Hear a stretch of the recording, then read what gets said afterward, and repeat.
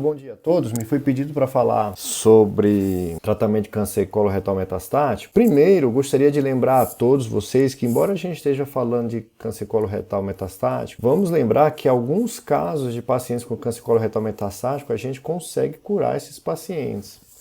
Isso é uma informação que vocês precisam ter sempre em mente, e principalmente aqueles que têm metástases ressecáveis, né? Então, toda vez que vocês encontrarem um paciente, vocês precisam tentar classificá-lo se ele é um paciente passivo de ressecção ou não. E isso precisa ser bem estudado. Muitas vezes tem que conversar com um cirurgião quando vê metástases hepáticas e algumas vezes pulmonares. Ou às vezes metástases peritoneais de forma limitada. São pacientes que são potencialmente ainda curáveis, muito embora seja em estádio clínico 4. Mas para a maioria dos pacientes com doença metastática, o que a gente vai estar falando aqui é de sobrevida global e de qualidade de vida. Esses são os principais desfechos que a gente procura alcançar quando a gente está falando de tratamento paliativo. A gente já faz algum tempo, biomarcadores que identificam pacientes que não se beneficiam de alguma coisa, como era o caso dos pacientes com Carrais mutados não se beneficiarem de terapia anti-EGFR, como panitumumab e cetuximab. Mas atualmente, a gente agora tem biomarcadores capazes de identificar pacientes que se beneficiam de algum tratamento, e a gente vai conversar disso ao longo da aula. Eu gostaria de lembrar também, assim, pelo benefício do tempo, eu tirei boa parte da epidemiologia da doença, mas só queria deixar claro que a perspectiva de incidência de novos casos de câncer de colo retal é de aumento para os próximos 15, 20 anos. Então, é uma doença que já é um problema de saúde, vamos dizer, pública, já é, assim, bastante incidente e prevalente, e a tendência é piorar. Então é importante que vocês saibam um pouco a respeito disso. Vocês com certeza vão pegar esses pacientes na prática clínica de vocês. Antes de entrar na aula propriamente dito, vocês vão ver muita gente falando sobre FOLFOX, FOLFIRI, etc. Eu queria dar algumas dicas, pelo menos práticas, enquanto a cabeça de todo mundo está fresquinha para esse início de aula, sobre o que a gente tem feito. A gente tem diferentes esquemas de FOLFOX, por exemplo, e cada um muda um pouco o que se faz, mas não deixa de ser um doublet de oxaliplatina com fluoropirimidina. O que a gente mais usa, vocês vão ver usando, é o que a gente faz o M-FOLFOX6. Aqui vocês veem, por exemplo, o clássico FOLFOX6 com a dose de oxaliplatina de 100 mg por metro quadrado. O modificado, a gente reduz essa oxaliplatina para 85, mas mantém bolos e bolos de 5-fluoracil e o 5-fluoracil infuncional, que é o 2400 que vocês veem a gente usando diariamente. Só que também tem o que alguns chamam de M-FOLFOX7, que é não dar o bolos, muito embora aqui esteja descrito o bolos nessa figura, mas é a gente não dar o bolos do M-FOLFOX6 e manter a oxaliplatina em 85. Não há prova de que o bolos do FOLFOX realmente traga algum benefício no tratamento, mas com certeza agrega em toxicidade. Então, muitos dos oncologistas, especialistas em trato gastrointestinal, sacrificam, entre aspas, o bolos em prol de dar melhor tolerabilidade, sem provavelmente perder eficácia. E isso foi até feito uma enquete no Brasil, onde a gente vê que praticamente metade dos especialistas, quase metade dos especialistas em câncer coloretal, que se dizem pacientes especialistas em tratamento de cânceres do trato gastrointestinal, nunca usam 5-fluoracil em bolos. Isso até foi uma das coisas que motivou essa pesquisa, porque a gente foi vendo que em advisory boards, ou em reuniões de congresso, em debates, vários oncologistas clínicos não usam bolo de FOLFOX. Então, não é que é errado usar, tá, pessoal? Não entendam mal, mas não estranhe se vocês virem tirando, provavelmente não agrega tanto. E outra coisa que isso também é muito usado é que, assim, eu e muitos outros acreditamos que 8 ciclos aí de oxaliplatina é suficiente para garantir o benefício do paciente no seu tratamento. Porque, vamos lembrar, a oxaliplatina tem a questão da neurotoxicidade, que é uma toxicidade cumulativa. Quanto mais você der, mais o paciente vai ter e pode até se sequelar, impactar sobremaneira a qualidade de vida do paciente. Então eu, geralmente, vou até o 8º ciclo e já cogito retirar a oxaliplatina e começar a terapia de manutenção. Vamos lembrar que isso também não impacta a qualidade de vida. A gente tem uma meta-análise comparando aí tratamento intermitente e tratamento contínuo de quimioterapia, e onde isso não impactou em qualidade de vida.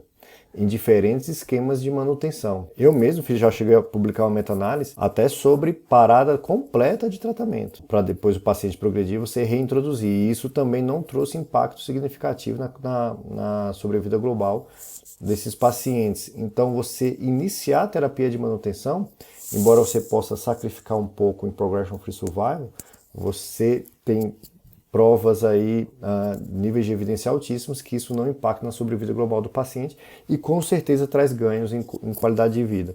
Mas, mais ou menos lembrando o racional de que o tratamento de doença coloretal não é uma corrida de 100 metros, é uma maratona, então você tem que se preparar para uma longa jornada de tratamento para esse paciente, mesmo no cenário paliativo. Mas agora entrando propriamente na aula, a gente sabe que em câncer coloretal cada vez mais a gente está criando mais fatias dessa pizza aí molecular, não chega a ser tão importante do ponto de vista prático quanto tem sido câncer de pulmão, mas tem chegado mais perto a cada ano que passa. Nós temos aí até algumas terapias sendo desenvolvidas para algumas dessas alterações, mas infelizmente para várias outras não há terapia ainda bem estabelecida. Então, quando me foi pedido para dar essa aula, que era para dar aula de tratamento total da doença coloretal metastática, eu tinha aula só focada na primeira linha, eu tinha aula só focada em linhas subsequentes, mas aí para dar uma aula geral, eu pensei em trazer, ao invés de estar dividido didaticamente, pensei em trazer um caso clínico que talvez a gente vá navegando por ele e com base nisso a gente possa ir aprendendo um pouquinho. Meu áudio tá bom? Vocês estão me ouvindo bem? Ou alguma pergunta até o momento? Então tá bom. Então a gente tinha aqui uma paciente de 69 anos, diabética com hipotireoidismo e esteatose hepática, uma história familiar da mãe ter tido câncer coloretal aos 70 anos, que em 2014, um casinho um pouco antigo, tá? Então isso aqui muda o que a gente já tem feito hoje em dia, mas eu vou apontando ao longo da apresentação. Ela, em fevereiro de 2018, por queixas de dores abdominais com sintomas obstrutivos, foi o que motivou o início da sua investigação. Em 2018 fez uma colonoscopia mostrando adenocarcinoma no seu cólon ascendente e já nos seus estadiamentos iniciais já era doença metastática para fígado e linfonodos com marcadores tumorais aí alterados. Então, a gente tem aqui uma paciente com câncer de colo estadio clínico 4, metastático para fígado e linfonodos à distância. Ela chegou a ser submetida a uma cirurgia porque tinha sintomas obstrutivos na época. A gente tem uma informação, desculpa, eu não trouxe o artigo disso, mas é bom lembrar. Se o paciente não tem um tumor primário que sangra ou que tenha risco de obstruir, não há ganho de sobrevida você operar o primário na doença metastática irressecável, incurável, tá? Você pode manter o primário lá porque ele também vai responder a tratamento. Agora, se for um tumor que pode conferir risco para você, um tumor quase obstruindo, um tumor que está causando sangramento e anemia, aí você pode tirá-lo. Assim, o estudo que mostrou que não tinha diferença de sobrevida global você operar o primário excluía pacientes com primários problemáticos. Mas está bem estabelecido, inclusive tem estudo antigo de mama e também tem estudo de estômago sugerindo a mesma coisa. Se operar o primário num paciente que é metastático, isso não traz benefício sobre a vida global para esses pacientes. Mas enfim, ela foi operada por questões de sintomas locais. Naquela época foi feita imunistoquímica, ela tinha mutação de Carrais e não tinha instabilidade microsatélite, como você pode ver em enzimas de reparo preservadas aí na imunistoquímica abaixo. Então a gente tem aqui uma paciente com câncer de colo estadio clínico 4, do cólon direito, metastática para fígado e linfonodos, Carrais mutado, proficiente das enzimas de reparo DNA. Antes de mais nada, você veja que eu nem trouxe aqui, cogitei ressecamento hepática, porque o paciente que tem metástases hepáticas e doença linfonodal também, esses pacientes praticamente 100% recidivam se você operar se você operar as metástases hepáticas desse paciente. Então é um paciente bem desfavorável para tentar terapias cirúrgicas nas suas metástases. Um caso ou outro de exceção, você pode cogitar por uma questão ou outra, mas geralmente esse paciente vem aqui para doença metastática irressecável. Então, eu trago aqui algumas opções. Eu devia ter colocado cetuximab panitumab aqui também como alternativa, só para ver se alguém respondia. Vai que, né? Acabei não colocando. Todo mundo já respondeu? Só para vocês saberem também, basicamente não tem resposta errada aqui não. dentre essas alternativas, mas a gente vai poder conversar um pouquinho sobre o porquê de cada uma delas. É interessante, né? A maioria das pessoas gosta muito de Folfox na primeira linha, né? Em vez de Folfire. Porque essa preferência tanto de 1 em relação ao 3. Apareceu aqui para mim. Enfim. Então vamos falar um pouquinho sobre o que influencia o tratamento de primeira linha do câncer coloretal metastático.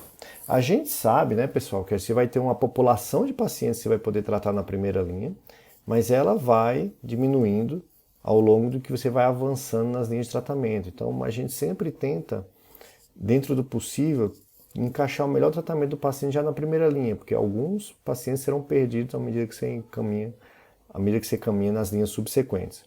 E para decidir o tratamento de primeira linha, tem quase uma arte aqui, porque você tem que avaliar vários fatores diferentes para decidir o que seria a melhor primeira linha. Eu vou começar então, só para a gente ir caminhando nessas alternativas, sobre como escolher tratamento quando a doença é RAS ou BRAF, né? Só para lembrar a todos, né, a gente tem esse próton com gene chamado RAS, K-RAS-N-RAS, ele codifica essa GTPase aqui numa via celular, uma apquinase, que é responsável nessa cascata de desencadear proliferação, crescimento tumoral. Então, quando ela está constitutivamente ativada aqui, ela fica disparando essa cascata e provocando proliferação celular. Essa é a lógica por trás do K-RAS.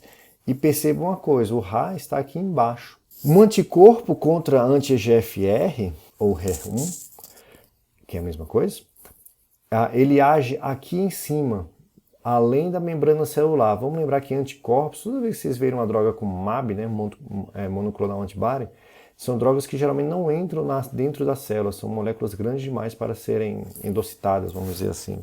Elas até podem ser, mas elas são programadas para se ligarem a algo na célula, então geralmente é algo na membrana celular, geralmente proteína transmembranas. Só que não adianta nada eu inibir um problema aqui, eu inibir aqui em cima, se o buraco é mais embaixo, se a via está constitutivamente ativada. Então esse é o racional pelo qual mutações em RAS conferem resistência à terapia anti-EGFR, como cetuximab ou panitumumab. Então, o K-RAS tem uma importância prognóstica, a gente já viu aqui que são tumores um pouco mais agressivos do que K-RAS selvagem. Eu tinha mostrado com o pessoal do MD Anderson que são até populações de pacientes com doenças que tendem a disseminar mais rapidamente, principalmente para metástases pulmonares. Eu falei que K-RAS mutado tem uma sobrevida livre de metástase pulmonar bem inferior a K-RAS selvagem, mas esse aqui é só um dado prognóstico. Só que vocês precisam ver isso aqui, ó. Tanto estudo com panitumumab, aqui estudos antigos já, porque são moléculas que a gente já usa já faz tempo, quanto estudos com cetuximab, mostrando que na população K-RAS mutada, você não tem diferença. Mas na população K-RAS wild type é onde as curvas realmente abrem e você vê benefício de associar a terapia anti-EGFR. Aproveitando que eu estou falando de RAS, deixa eu falar sobre um conceito importante, que é o conceito de re-challenge, né? Redesafio. Quando você faz uma terapia, você tem um tumor predominantemente, você tem um tumor wild type, tumor heterogêneo. Então, na verdade, você tem um tumor predominantemente selvagem, wild type para mutações RAS. Você faz terapia RAS, você traz uma pressão evolutiva contra os clones selvagens, mas não contra os clones resistentes, que podem aí passar a crescerem e tornar a doença resistente a K-RAS, a cetuximab, panitumumab, e por causa disso vai ter que trocar a linha de tratamento. Agora, uma vez que você tira o anti-EGFR, você tira essa pressão seletiva, pode voltar a crescer novos clones sensíveis a esse tratamento. Um cenário no qual você pode reexpor a terapia anti-EGFR. Esse é o racional. E a gente vê isso muito bem estabelecido, esse estudo aqui da Science Translational Medicine em 2014, onde tinha 24 pacientes com câncer coloretal metastático, um estudo antigo, mas eu gosto de mostrar ele porque ele é muito ilustrativo, onde todos esses pacientes com câncer coloretal metastático foram tratados com anti-EGFR, todos responderam, mas depois recidivaram. Então essa era a biópsia líquida deles, sem nenhuma mutação nesses genes, de K-RAS, N-RAS, BRAF ou outros que conferem resistência, e depois quase todo mundo desenvolvendo, trazendo aí, jogando o DNA na circulação, com mutações que não à toa conferem resistência a cetuximab e panitumumab. Então, mostrando que essa doença é agora geneticamente diferente do que ela era no início. E a gente já tinha mostrado também, a gente publicou no Anderson Funcore de 2018, que quanto mais tempo passa desde a parada do anti-EGFR, mais você vai decaindo o allele frequency de DNA circulante, contendo mutações que conferem resistência a cetuximab e panitumumab, como mutações em RAIS e em EGFR. De forma que, se você reexpõe para anti-EGFR depois de 2 meia-vidas de decaimento disso, sua taxa de controle de doença passa de 50% aí quando você soma estabilização de doença e partial response. Isso aqui dados retrospectivos, mas a gente também teve dados prospectivos aí apresentados na 2021 do Cronos Trial, onde foi estudado você pegar pacientes com anti-EGFR, depois, na hora da reexposição, fazer biópsia líquida, excluir os pacientes que tinham mutações conferidoras de resistência anti-EGFR e oferecer anti-EGFR somente para aqueles pacientes selvagens. E nessa população, quando você ia reexpor esse paciente, geralmente no cenário de linhas posteriores, você trazia para ele uma taxa de resposta de 30%, uma taxa de controle de doença de 63%, dados bastante interessantes quando se lida com pacientes de linhas subsequentes. Tá bom, e se a paciente era Carrais mutado? Eu estou usando o caso para a gente poder falar de tudo, né? Mas e se essa paciente fosse Carrais e BRAF selvagem? A gente daria tratamento com anti-EGFR ou a gente daria tratamento com bevacizumab? Isso já foi uma pergunta bastante avaliada, que tem 3 dos principais estudos que compararam panitumumab versus bevacizumab, cetuximab versus bevacizumab, cetuximab versus bevacizumab, para tentar responder essa pergunta. Algumas meta-análises foram feitas, todas mostrando, assim, com alguma dificuldade, mostrar uma diferença real em PFS, em sobrevida global, entre os 2 tratamentos, e isso meio que perdeu a importância completa desde a ASCO 2016, onde alguém apresentou um dado que sempre esteve disponível para todo mundo, desde os tempos mais primórdios, e só em 2016 alguém se atentou para isso, que é o quanto que a lateralidade influencia no tratamento de câncer coloretal. Então, lateralidade. Se a gente pegar aqui dados, reavaliação do estudo Crystal, que foi um estudo que aprovou cetuximab para câncer coloretal, a gente vê aqui, que pacientes com câncer de cólon esquerdo, cetuximab vai bem melhor do que sem cetuximab, aqui associado à quimioterapia. Mas quando você coloca o cólon direito, isso tudo população raiz selvagem, tá, pessoal? Aí as curvas quase que se invertem ou não tem mais diferença, mostrando que a lateralidade é um biomarcador, assim, clínico, né? Tão importante quanto um biomarcador molecular que a gente geralmente fala. Então, aquele estudo que eu mostrei em 2016, olha a diferença de pacientes que receberam cetuximab, aqui sendo eles de cólon esquerdo, essa linha azul, e sendo eles de cólon direito. Olha como essas curvas abriram só pelo simples fato de ter a localização diferente. A gente já sabe que cólon direito é um prognóstico relativamente pior. Mas veja como o mesmo comportamento não ocorreu no braço bevacizumab. A diferença, cólon direito foi pior, mas não tão pior assim. É quase como se tiver associado cetuximab, se tiver só agregado toxicidade para esses pacientes. Vamos ver essa mesma curva de outra forma. Aqui, pacientes só com cólon esquerdo, essas 2 linhas. Você ter dado cetuximab, você ganhou aí uns 7 meses de sobrevida global em relação a você ter dado bevacizumab. Agora, quando você vai para o cólon direito, você inverte as curvas. O braço cetuximab vai bem pior, aqui a sobrevida global 13,6 meses, do que o braço que recebeu bevacizumab. Então, se no braço esquerdo cetuximab, se no cólon esquerdo cetuximab melhora seu desfecho, quando comparado com o bevacizumab, no cólon direito parece que ele piora.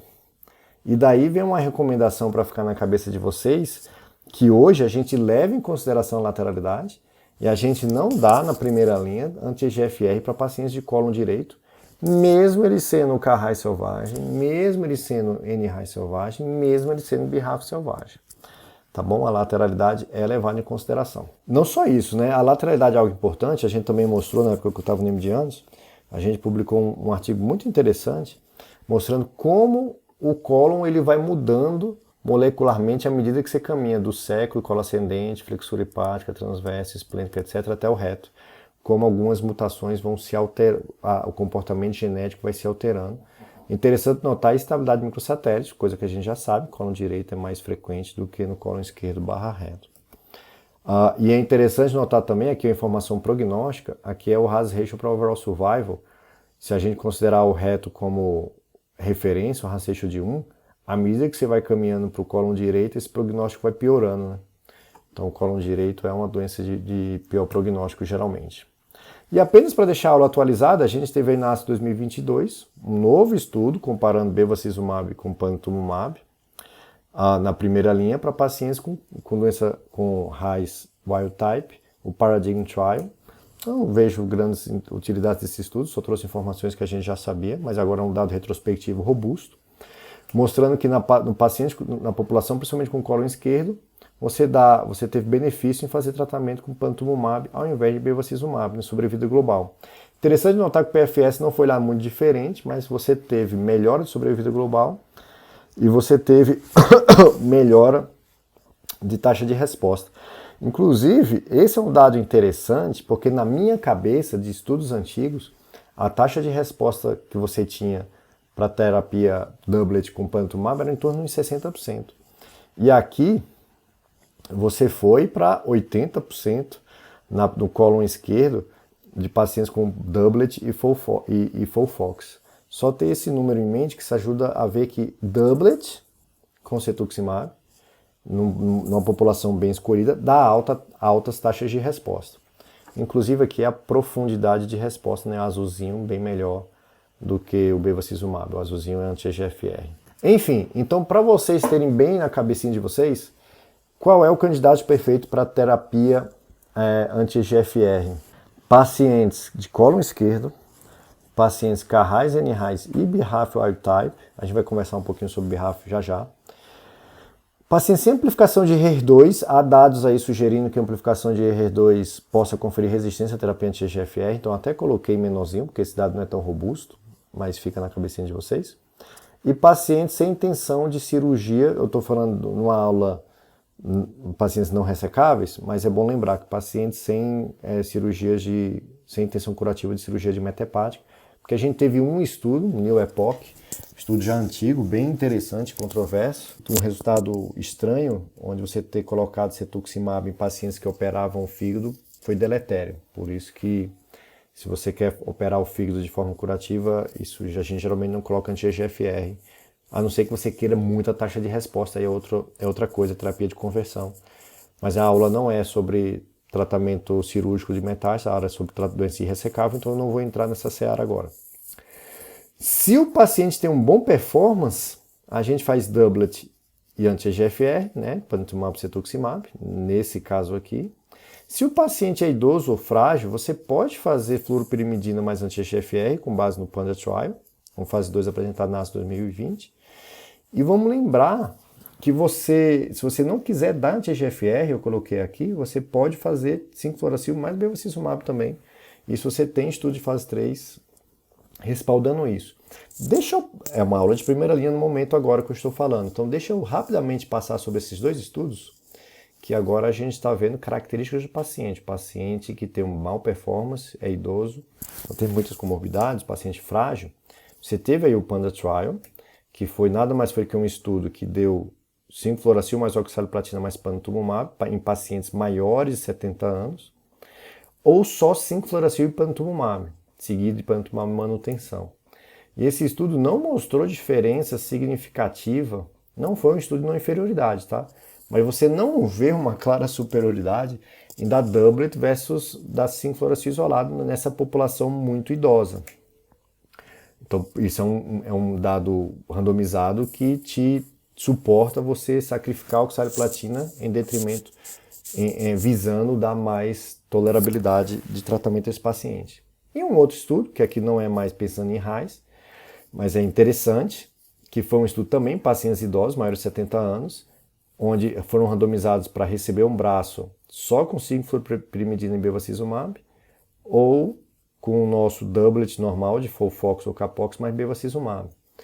E o que foi visto foi também nenhuma clara diferença, nem em Progression Free Survival, nem em Overall Survival, de você adicionar oxaliplatina nessa população frágil. Sendo que foi bem mais tóxico e com pior qualidade de vida você adicionar oxaliplatina.